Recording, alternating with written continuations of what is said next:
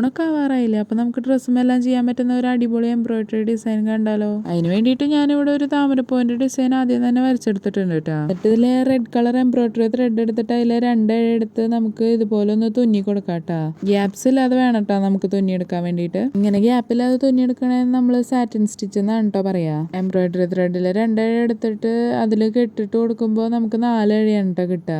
അത് വെച്ചിട്ടാട്ടാ ഞാൻ ഈ പെറ്റൽസ് മൊത്തം ചെയ്തെടുക്കണേ. ഈ ഒരു ഡിസൈൻ നമുക്ക് സാരിയിലും അതുപോലെ തന്നെ കുട്ടികളുടെ ഡ്രസ്സിലും ഒക്കെ ട്രൈ ചെയ്ത് നോക്കാട്ടാ. ഞാൻ ഇത് വെച്ചിട്ട് എന്റെ മോൾക്ക് ഒരു ഡ്രസ്സ് തയ്ക്കാന്ന് വിചാരിക്കുന്നുണ്ട്. എന്താ നിങ്ങളുടെ അഭിപ്രായം എന്നൊന്ന് കമന്റ് ചെയ്യണേ. പിന്നെ ഇതുപോലുള്ള വീഡിയോസ് വേണമെങ്കിൽ അതും കൂടി ഒന്ന് പറയണം കേട്ടോ. ഓണം റിലേറ്റ് ചെയ്തിട്ട് ഇതുപോലുള്ള ഡിസൈൻസ് ചെയ്യാന്ന് വിചാരിക്കുന്നുണ്ട്. രാത്രി ഒരു 12 മണിക്ക് ആയപ്പോഴാണ് കേട്ടോ എനിക്ക് ഇങ്ങനെ ഒരു ഐഡിയ തോന്നിയത്. അപ്പൊ തുന്നായിരുന്നു തുടങ്ങിയതാണ്. ഒറ്റ ദിവസം കൊണ്ട് തീരില്ല എന്ന് മനസ്സിലായപ്പോ പിന്നെ അത് എടുത്ത് വെച്ചിട്ട് പിന്നെ പിറ്റേ ദിവസമാണ് കേട്ടോ ബാക്കിയെല്ലാം ചെയ്തെടുക്കണേ.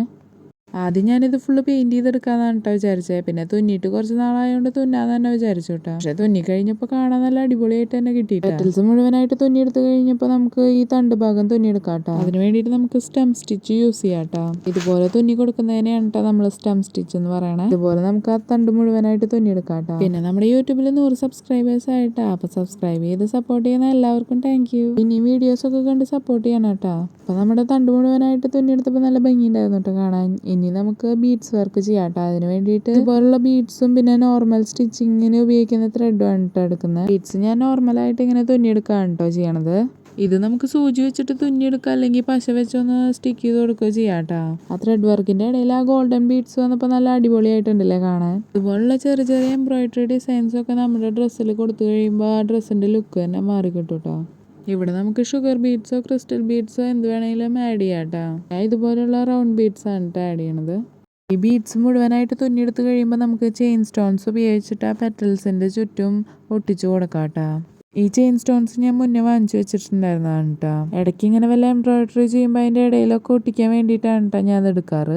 ഇവിടെ നമുക്ക് ഫാബ്രിക് ഗ്ലൂ ഉപയോഗിച്ചിട്ട് ഇത് സ്റ്റിക്ക് ചെയ്ത് കൊടുക്കാം കേട്ടോ. വേണ്ട അളവ് അനുസരിച്ച് കട്ട് ചെയ്തെടുത്തിട്ട് നമുക്ക് സ്റ്റിക്ക് ചെയ്ത് കൊടുക്കാം കേട്ടോ. ഫാബ്രിക് ഗ്ലൂ ഉപയോഗിച്ച് ഇത് ഒട്ടിച്ച് കഴിയുമ്പോൾ അത്യാവശ്യം നല്ല രീതിക്ക് തന്നെ അത് സ്റ്റിക്കായിട്ട് ഇരിക്കാറുണ്ട് കേട്ടോ.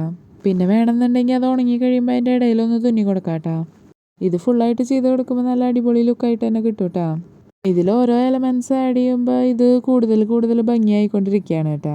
ഇത് ഈസി ആയിട്ട് ചെയ്യണമെന്നുണ്ടെങ്കിൽ ആദ്യം തന്നെ ഈ സ്റ്റോൺസ് ഒട്ടിച്ചു കൊടുത്തിട്ട് അതിന്റെ ഉള്ളിൽ ജസ്റ്റ് ഒന്ന് പെയിന്റ് ചെയ്തെടുത്താൽ മതി കേട്ടോ. അപ്പൊ വേഗം പണി തീരെ. ഞാൻ ജസ്റ്റ് തുന്നി കൊടുത്തു എന്നുള്ളൂ കേട്ടോ.